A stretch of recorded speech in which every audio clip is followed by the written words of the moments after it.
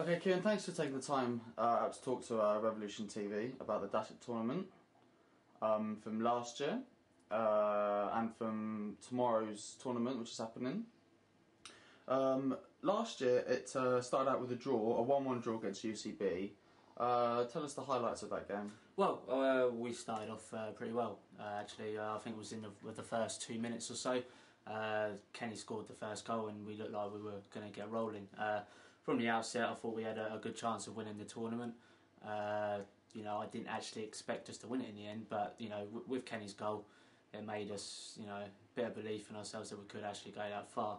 It was just unfortunate a couple of minutes later that I think the ball rolled through the goal after a bit of a deflection, and we ended up drawing the game 1-0. So, getting a point from that game wasn't bad, but we could have started off with 3 points, which would have been a lot more favourable for us.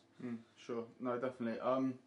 Unfortunately, the next game did take a massive dent, losing 2-0 to Hedgerley. Could you take any plus points from that game?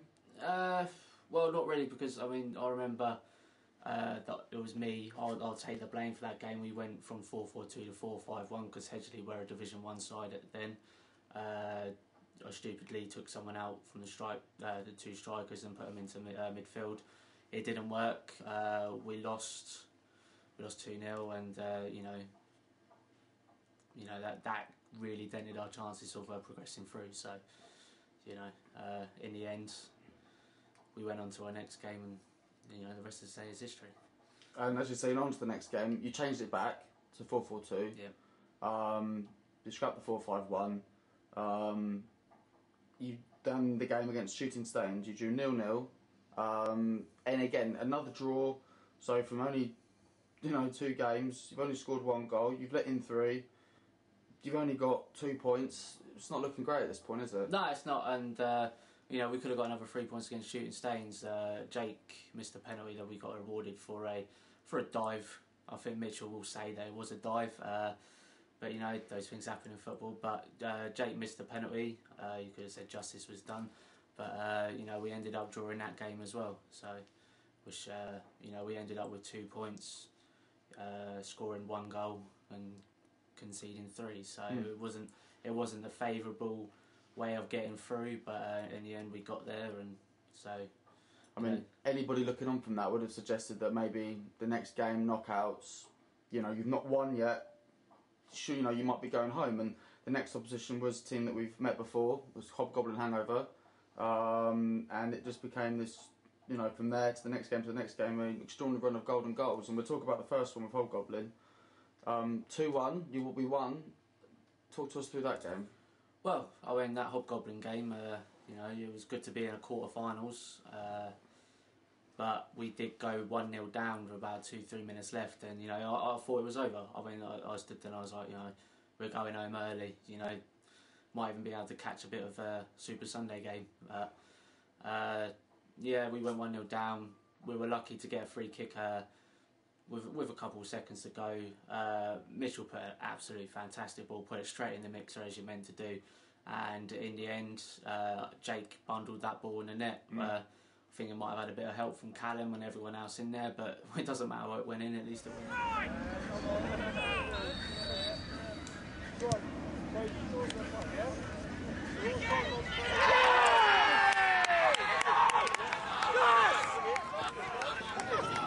More like a rugby try than an actual football goal. Definitely. Definite team goal there. So went into extra time, and the golden goal format suited us, and we got a penalty. Lee took it. We had to retake it because of encroachment, but Lee was man enough to stand up again and put that ball straight through the keeper's hands. Did you think it was encroachment on the original penalty? No, I didn't. But from where I was standing, you can't really see. But that doesn't really matter at the end of the day because Lee's managed to convert 2 successful penalties. So it takes a lot of pressure to convert the first one in that sort of stage. But another one is so fantastic. Then move on to the semi-final and against the hosts of the tournament, Datchet. Again, won by a golden goal, but a lot more tense towards the last couple of minutes of that game. Talk us through what happened as far as... with Datchet Village on the whole, we have a nice little rivalry against them. We've only beaten them once in the previous year's Datchet tournament. we beat them 1-0 with a James Johnson special with his left foot. But that season we drew 1-1 with them in a friendly, and they had a last minute penalty against us. But in the Datchet Tournament we managed to get a goal from Kenny in golden goal extra time, and everyone was excited to get through. We got to a final, and we weren't playing our best football, but we progressed further as a team in that tournament from the first game, and Kenny got the goal and we got into the final, and everyone was excited, couldn't wait. Also note from what I remember, fantastic save from Simon Eaton in the last minute of that game in normal time. Yeah, Simon's been a great addition to this team. He's a great goalkeeper. It's something that we've lacked in previous years, but Simon's a great goalkeeper to have, and that save that he pulled out in the semi-final 1 minute before the end of normal time was definitely helped us. So on to the final, and after losing, drawing, and then 2 wins on the bounce, momentum is with you. Okay, you've not done it conventionally by 2 golden goals, but you're in the final against WSM Celtic, and a longer game, 15 minutes each way, more time for things to happen. Talk us through how were you feeling at that point, getting to your very first final? I was excited, a bit nervous, but as it's our first final. But I was excited, but I wanted the team to get out there, because we've been on a good bit of form, 1-2 games in a bounce, and needed to take that into the final. Excited and nervous as well, but I had faith in the lads that I put out there in the starting 11 for that final, and they done the business. So. After normal time, the score was 1-1. Scored very early in the game through Lee Hunt. Yeah. And then they equalised literally with last minute of the game. So the foot was on the other boot after Jake's goal in the previous round. Yeah. How did that feel, being on the other end of that kind of last minute goal? Oh, it wasn't nice. I mean, and especially in the final as well. Yeah. Lee scored about 10 minutes into the first half. And it did put us in an unprecedented position with being ahead. We were getting a bit leggy during because of the day's events. We were unlucky to concede a penalty, and they scored from it. But we got there extra time. We've been in 2 extra times before. We scored golden goals before, so that probably would have made us the favourites to carry on and do it. So. And then that winning goal came from that man again, Lee Hunt. Yeah. Tell us what exactly you were trying feeling at that point. Well, to be honest, I couldn't think about doing anything that final. I was pacing up and down the sideline. Everything that I could do was out of my hands. Focused on everyone that was on the pitch. I think the ball's dropped out to Mitch, and Mitch has tried having a pot from 25 yards, and it's come off the defender. Ended up at James Anderson, who was playing in at right back, covering for his brother who went off for cramp. James has just shifted that ball on his left foot, crossed that ball, great cross with his left foot, straight into Lee's in space. He's just got the presence of mind just to tap that in past the goalkeeper, and the footage will show everyone went mad. Everyone chased Lee off to the opposite pitch.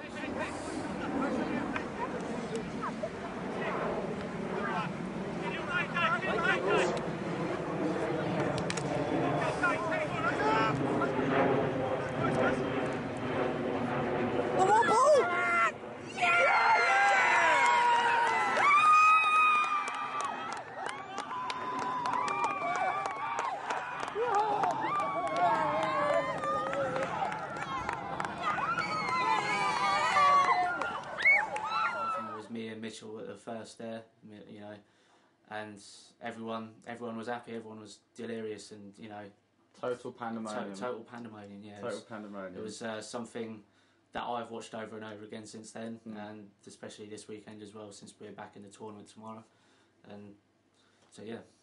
And on to tomorrow, we're going. Obviously, there's defending champions. In respect from last year's tournament, which was a shortened tournament because other teams pulled out. This is going to be a longer format, which we did 2 years ago. How do you think, first of all, we will deal with the longer format, and then the difference in squads from last year to this year? Yeah, the longer format's going to be more difficult. We will be playing 5 group games, and we've got to finish in the top 2. But we have a stronger squad than we did last year. We've made some good additions to the side. People coming back in. People are definitely stronger and learned a lot since last year from our League Shield final victory and the whole season from last year as well. So we've got a stronger squad. The aim is to win it again. I don't think that's any harder. It's not going to be against us, but it's going to be more difficult because there'll be other stronger teams as well. But the aim is this year to retain it.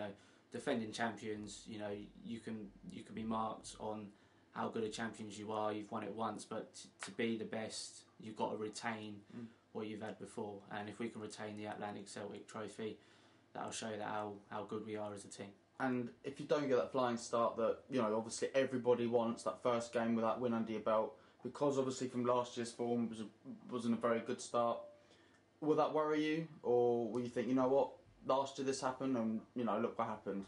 I think it'll be worrying to an extent, but, everyone here at Revo's got the presence of mind to know that they can come back from going 1-0 down or, losing the first game or something like that. We've done it in the League Shield final with Pinckney's Green. So, we've got the presence of mind to get a bit of form going and, get it from there. I mean, hopefully, ideally, we'll get 3 victories out of 5 and that'll put us through. So, that's the ideal world, but we know it's not going to be that easy. And, as long as we get through those group stages, we put ourselves in a good position to get to the final again. Excellent. Well, good luck for tomorrow, Kieran, and thank you for taking the time out to have this interview with Revolution TV in HD. Thank you very much. Cheers.